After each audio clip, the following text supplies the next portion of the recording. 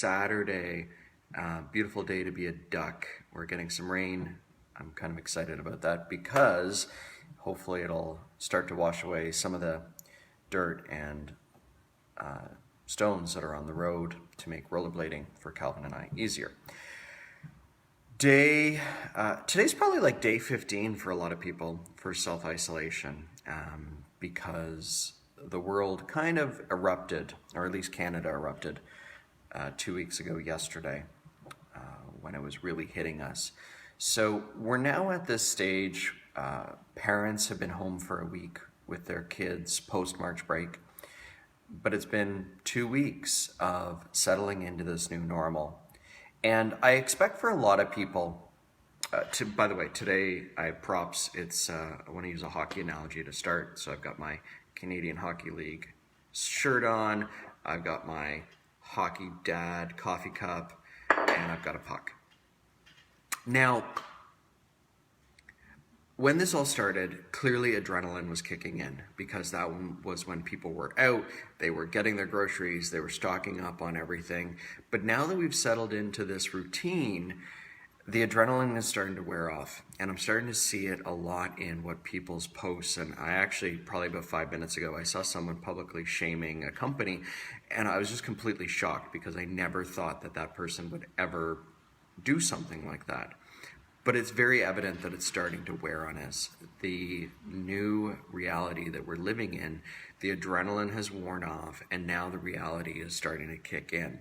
But it's a long game. It's the long run. And I've said this to Calvin a few times, is we're in this together for the long haul. And it could be a long haul. This could be our new reality. This could last a week. This could last 3 months. It could last for the next year. We don't know. And that part is scary. That part is what humans don't handle very well, in that aspect of not understanding what the end result of the new reality is going to be. And the analogy I have regarding to hockey, if you're playing hockey and you're going in on a breakaway, if the puck is on its side, see, it's Guelph Storm OHL championship puck, back-to-back championships, because there was no championship this year. But if the puck is rolling or if it's on its side, you're not going to get a great shot off. So in order to get a great shot off, you really have to settle the puck. The puck has to be along the ice. It's the only way that you're going to get a good shot off. And a big part of, as we go into the Outwitting Fear continuation, today we're starting another week, and that's be impeccable with your word. And that is where you really need to conserve your energy going forward. You have to settle the puck. You have to conserve your energy. You have to understand that you're creating a new normal. And in order to create a new normal, you also have to grieve the past. All change is loss, and all loss needs to be grieved. All change, good change, bad change, there's good in this, there's bad in this, but it needs to be grieved. You need to take the time with yourself and understand that, how things were 3 weeks ago is not how they are today.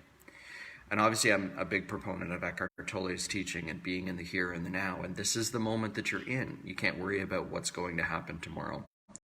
Day. And the number one way to start that is be impeccable with your word. I'm so grateful. I remember the day, it was February 8th, so that's 12 years ago now.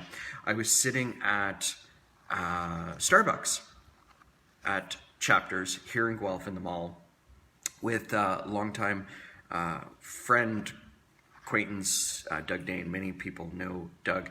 And he made me go through Chapters, grab this book off the shelf, and read it.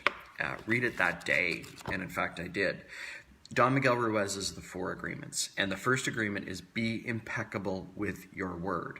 And to read his definition of what he says to speak with integrity, say only what you mean, avoid using the word to speak against yourself or to gossip about others. Use the power of your word in the direction of truth and love. Wow, that one is really difficult for a lot of people. That old saying is if you don't have anything nice to say, don't say anything at all. But it doesn't only apply towards other people. It applies towards yourself as well.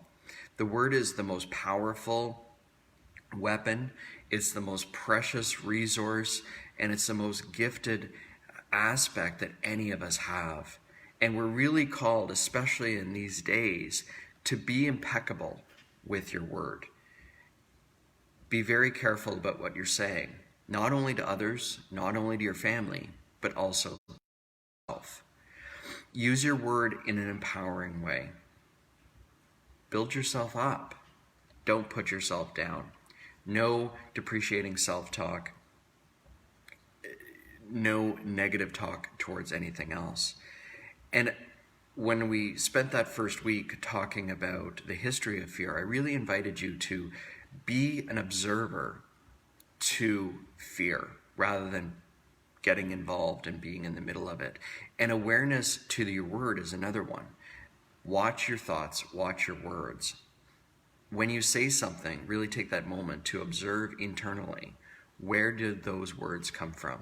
Are those repeated patterns that you're used to over the last 30, 40, 50 years, maybe intergenerationally? Maybe that's something that your mom said to you or your grandmother said to your mom, and it just keeps propagating itself.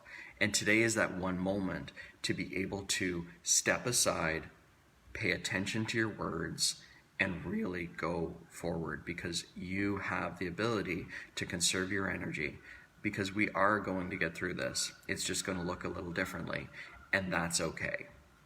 So until tomorrow, I hope you have a great day. I hope you take the time for self-care, self-reflection, and maybe some self-meditation. I love you all, and wash your hands.